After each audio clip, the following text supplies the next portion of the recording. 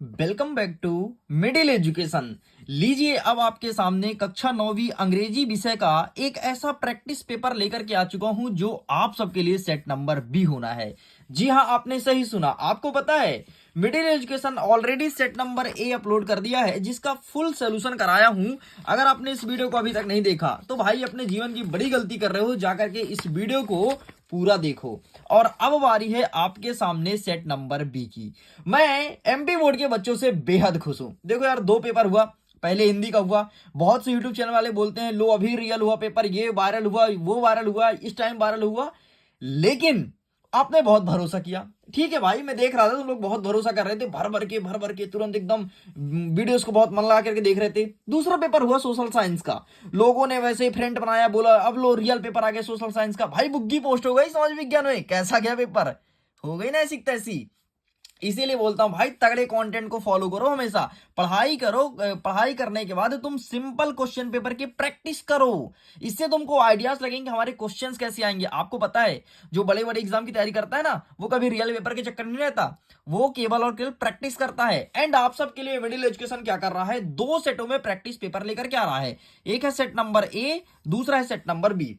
Set number ये रहा तुम्हारे सामने, इसका संपूर्ण सोल्यूशन अपलोड कर दिया हूं। एक और मजे का बताऊं, ये जो तुम क्यूआर कोड देख रहे हो ना दोनों में, ये क्यूआर कोड, ये ऐसे वैसे क्यूआर कोड नहीं है। एक बार तुम स्कैन करके देखो, भरोसा हो जाएगा एंड तुमको पीडीएफ डाउनलोड करने का गोल्डन चांस मिल जाएगा। ठीक है, बाकी अगर पीडीएफ को डाउनलोड करना है, लिंक डिस्क्रिप्शन बॉक्स में जाकर के डाउनलोड करो। अब देखो हम समय व्यर्थ नहीं करते हैं, फटाफट सारे क्वेश्चंस को स्टार्ट करते हैं। ठीक है, इंस्ट्रक्शन देख लो, यहाँ पर इंस्ट्रक्शन लिखा है। इंस्ट्रक्शन बहुत ज्यादा जरूरी होता है, तुम्हें पढ़ना चाहिए। तो चल भाई हम सीधे चलते हैं अपने क्वेश्चन तरफ, क्योंकि ज्यादा समय नहीं है तुम्हारे पास, मुझे पता है, और कम समय में तुम्हें बहुत कुछ पढ़ना है, तो मैं तुम्हारे टाइम को वेस्ट नहीं करूंगा। ठीक है, तो आपका नजर केवल और केवल मोबाइल स्क्रीन में चाहिए। मैं इसको थोड़ी जूम करता हूं ताकि तुम्हें बाकायदे विजुअल रहे। ठीक है, अब सही है ना। चलो, सेक्शन नंबर ए कहता है रीडिंग कॉम्प्रिहेंसिव, मतलब सेक्शन नंबर ए में केवल और केवल आपको पैसेज देंगे, पैसेज को पढ़ करके उत्तर देना है। ठीक है, पहला नंबर कहता है read the passage given below and right the options that you consider most appropriate in your answer sheet, मतलब पैसेज को पढ़ो, जो प्रश्न पूछा उसका उत्तर दो। ये 5 नंबर का रहेगा भाई साहब। ठीक है, 5 नंबर का दूसरा पैसे रहेगा। पहला नंबर कहता है वी लर्न टू स्पीक। क्या वी लर्न टू स्पीक, यहां पर क्या लिखोगे, तो यहां पर आपको लिखना है, यहां पर मैं और यहां पर टिक करा देता हूं, यहां पर आपका हो जाएगा बाई इमेटिंग। ठीक है, बाई इमेटिंग, ये रहा भाई साहब पहले का आंसर। ठीक है, ये तुम चिपका करके चले आना। आगे बढ़ते हैं, दूसरा नंबर कहता है miss Sullivan helped Helen to. यहां पर क्या लिखोगे, तो यहां पर आपको लिखना है रीड एंड राइट। क्या लिखोगे, रीड एंड राइट, यहां पर मैं लिख देता हूं। ठीक है, READ read and WRITE right, बस इतना लिख करके चले आना है। ठीक है, तीसरा नंबर देखते हैं, what did Helen do for blind and the deaf. ये प्रश्न पूछा है, तो इसका आंसर क्या लिखोगे, इसका आंसर यहां से लिखना है। ठीक है, अच्छा मैं लिख देता हूं, she spent the rest, REST। ठीक है, she spent the rest of her her life working. ठीक, ये ले भाई, ये तेरे को आंसर लिखना है। ठीक, इतना लिख के कंप्लीट करेगा। बाकी आंसर यदि ये लिखा है यार चाहिए तो तेरे को ले भाई टिक करा दिया। मैं सोचा पहले टिक नहीं करा देता हूँ, लेकिन टिक ही करा दिया। ठीक है, बस ये लिखना है। नेक्स्ट कह रहा है हमारा चौथा number, when did Helen Keller lose her eyes and hearing. तो यहां पर तुमको लिखना है option number B, the at the age of 2, यही सही उत्तर हो जाएगा। एंड पांचवा नंबर कह रहा है which word in the passage mean one who is not able to see. ठीक, तो इसका सही आंसर लगाएंगे blind, option number C is correct answer. इस प्रकार से हमारा पैसेज नंबर 1 मतलब 5 नंबर के क्वेश्चंस इस प्रकार से देखने को मिलेगा। आगे देखते हैं दूसरा number, read the passage given below and right the options that you consider the most appropriate in your answer sheet. 5 number का ये प्रश्न रहने वाला है। हमारा पैसेज लिखा है we are living in the age of science, every new innovation and wing made the good and humanity. इस प्रकार से पैसेज लिखा गया है। एंड हम पैसेज को स्किप करते हैं और सीधे आगे बढ़ते हैं, इसके आंसर को कवर करते हैं। तो देखो हमारा प्रश्न यहां से स्टार्ट होता है। प्रश्न नंबर पहला कह रहा है the scientific innovation began after the industrial revolution of. तो इसका सही आंसर क्या होगा, आपको लगाना है option number C 1789 is correct answer. Second number देखो, the cabin for the pilot is called, ठीक है, जो कैबिन में पायलट बैठता है उसे किस नाम से बुलाते हैं, तो उसे कहते हैं कॉकपिट। नेक्स्ट देखो तीसरा number, an aeroplane has an engine that is worked by, ठीक, तो मतलब जो एरोप्लेन होता है इसका इंजन कैसे कार्य करता है, तो यहां पर देखो इसका आंसर लिखा है ये पेट्रोल से काम करता है, ठीक है। नेक्स्ट कहता है हमारा चौथा number, which of the following is fastest डम ऑफ ट्रांसपोर्ट, मतलब ट्रांसपोर्ट का फास्टेस्ट माध्यम कौन सा है, तो यहां पर आपको एरोप्लेन ऑप्शन नंबर डी लिखना है। नेक्स्ट कह रहा है पांचवा number, be are living in the age of क्या, एज ऑफ साइंस। ले भाई, इस प्रकार से तेरा ये भी कंप्लीट होता है। आगे बढ़ते हैं प्रश्न क्रमांक सेक्शन नंबर बी कहता है राइटिंग स्किल्स, मतलब अब आपको लेखन कौशल अपना दिखाना है। तीसरा नंबर कहता है read the following passage make note, ठीक है भाई, नोट लिखना है एंड सुटेबल टाइटल, मतलब सबसे पहले टाइटल लिखोगे फिर नोट। ये प्रश्न है 4 नंबर का, मतलब देखो अगर तुम टाइटल लिखोगे तो मिलेगा 1 नंबर, और अगर नोट लिखोगे तो इसके लिए मिलेगा 3 नंबर। इस प्रकार से तुम्हारा फॉर्मेटिंग रहने वाला है।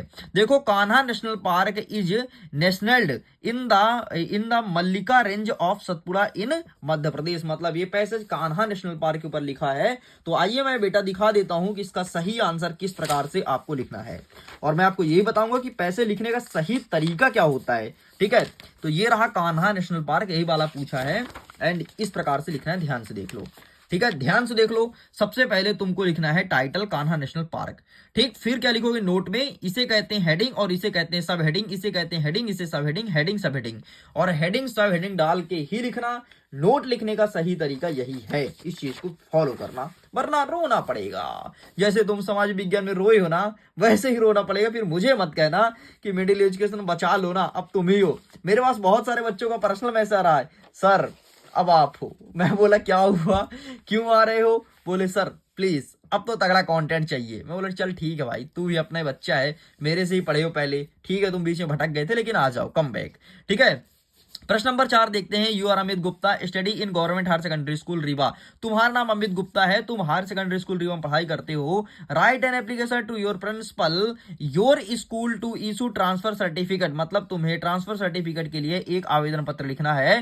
तुम्हारे पिताजी का ट्रांसफर शिवपुरी के लिए हो गया है। तो ये रहा सेम टू सेम, इसका आंसर हमें क्वेश्चन बैंक में मिला एंड मैंने आपके सामने रख दिया।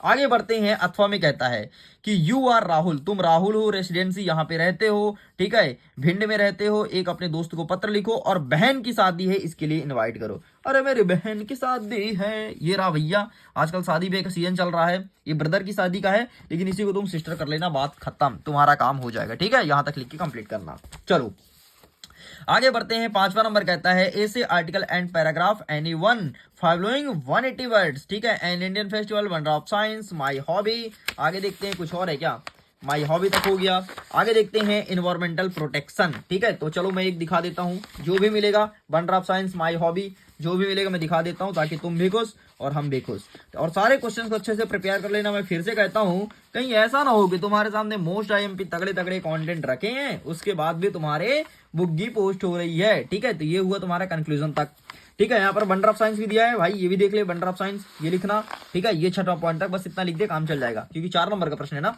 एक सेकंड कितने नंबर का है, ये प्रश्न तेरे 5 नंबर का है, मतलब 5 पॉइंट ही लिखना, कोई मतलब नहीं ज्यादा लिखोगे तो, ठीक है। चलो आगे बढ़ते हैं, 6वां नंबर कहता है on the basis of picture given below right A short paragraph about the important trees, मतलब इंपॉर्टेंट पेड़ के ऊपर तुमको शॉर्ट पैराग्राफ लिखना है। चित्र को ध्यान से देख लो, ठीक है। ये क्या लिखा है, फॉर टुडे एंड टुमारो, मतलब अभी आज है तो कल भी रहेगा, ठीक है। तो इंपॉर्टेंट ट्री के ऊपर हम दिखा देते हैं अगर यहाँ पर अवेलेबल होगा तो ये रहा भाई साहब इंपॉर्टेंट ट्री के ऊपर पेड़ का चित्र है, पेड़ का चित्र अलग हो सकता है, ये कोई बहुत बड़ी बात नहीं है, एंड इस प्रकार से आंसर लिखना है, इसका फोटो खींच लीजिए, ठीक है। ये रहा आपका कंक्लूजन तक।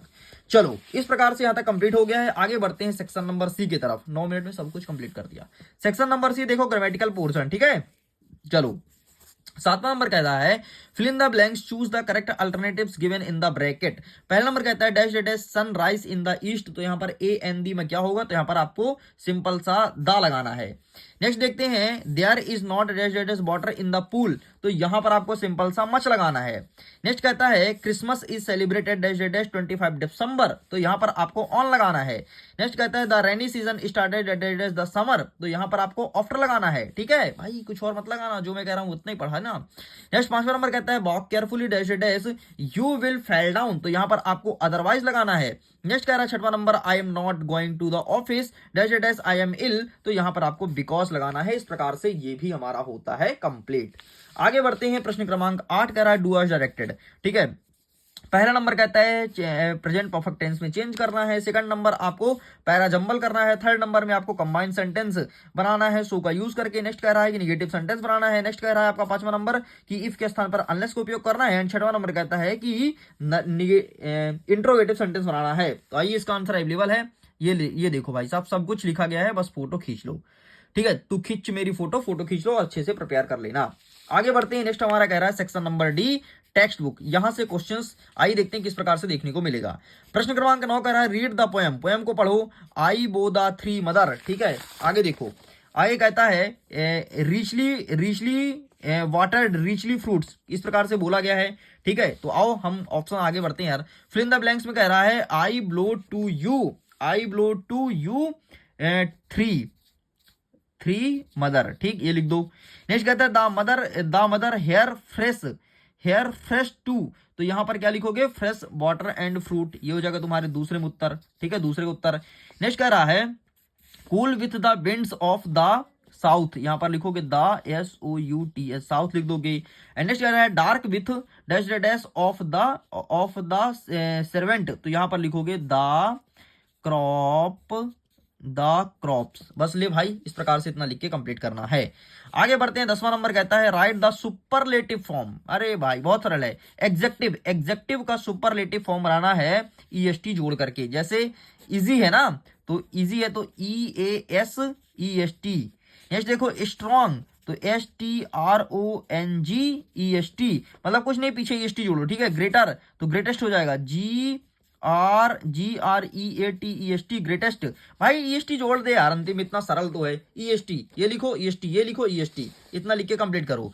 11वां नंबर कह रहा है complete the sentence with the simple past tense from the verbs in the bracket. ठीक है, सिंपल पास्ट टेंस बनाना है। जैसे उमर तो प्लांट का हो जाएगा प्लांटेड, पुट का हो जाएगा पुटेड, केम का हो जाएगा कम, COME। ठीक है, कम हो जाएगा। ग्रो का हो जाएगा आपका ग्रोथ्स, ले मैं भर दिया। बीकॉम का हो जाएगा आपका बिकॉज, BECAUSE, बिकॉज। ठीक, next plant planted, PLANTED, planted हो जाएगा। पुट का पुटेड हो जाएगा, ED बस छोड़ दो। ठीक, ED इसमें कम का हो जाएगा कैम, ग्रोथ का हो जाएगा ग्रो का हो जाएगा ग्रोस, एंड बिकॉज बीकॉम का हो जाएगा बिकॉज। ले भाई ये कंप्लीट होता है।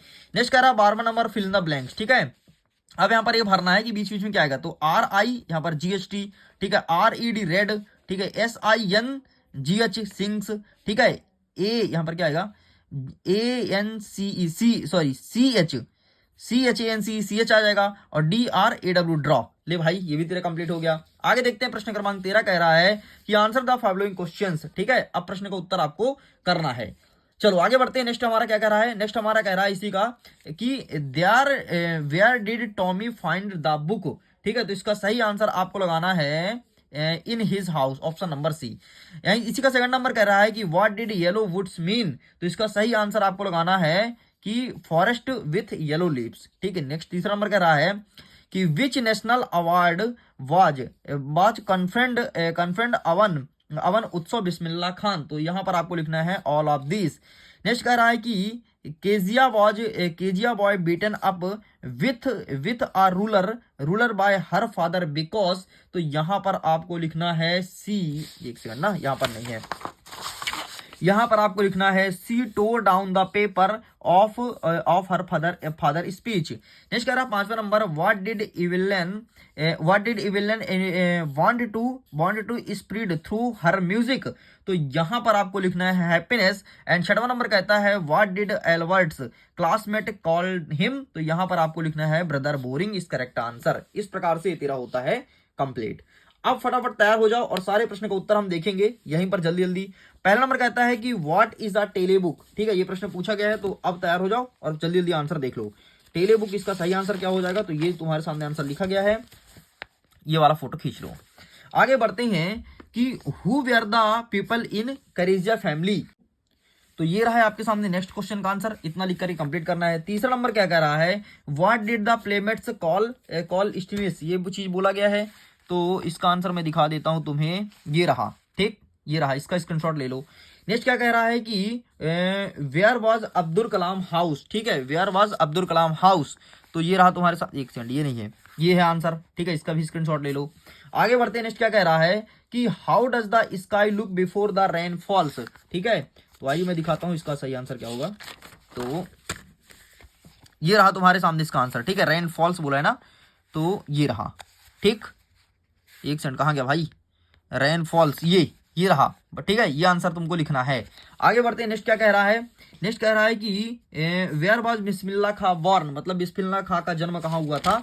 तो इसका आंसर मैं दिखा देता हूं, ये रहा इसका आंसर, ठीक है, ये यहां पर लिखा गया है। चलो, इस प्रकार से प्रश्न क्रमांक 14 कंप्लीट होता है। 15 नंबर कहता है कि answer the following questions, poetry section से पूछा है और 30 शब्दों में लिखना है, आई नीड टू कोई दो। यहां पर 3 प्रश्न दिया गया है। पहला नंबर कहता है कि what did the wind God do, ठीक है। तो आइए इसका आंसर देख लेते हैं फटाफट।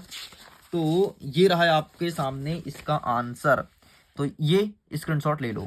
आगे बढ़ते हैं, नेक्स्ट कह रहा है कि which of the two road did the poet choose and why, ये प्रश्न पूछा गया है। तो इसका आंसर ये रहा तुम्हारे सामने, ठीक, चूज एंड वाई, तो ये रहा, इसका भी फोटो क्लिक कर लीजिए। चलिए आगे बढ़ते हैं, नेक्स्ट क्या कह रहा है, नेक्स्ट कह रहा है कि what did Saint Peter ask the old lady for, ठीक है, ओल्ड लेडी फॉर। तो आइए दिखाते हैं, ये रहा इसका आंसर, इसका भी फोटो क्लिक कर लीजिए। चलिए आगे बढ़ते हैं, प्रश्न क्रमांक 16 कह रहा है कि answer the following questions from momentum in about 30 words, ठीक है, 30 शब्दों में लिखना है।